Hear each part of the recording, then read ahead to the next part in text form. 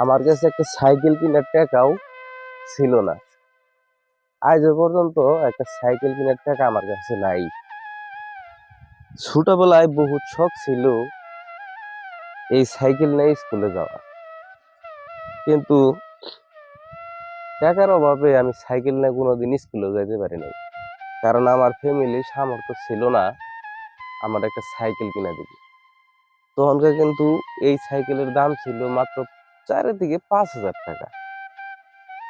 এই 4-5 হাজার টাকা দেওয়ার মতো ক্ষমতা আমার ফ্যামিলির মানুষের ছিল না।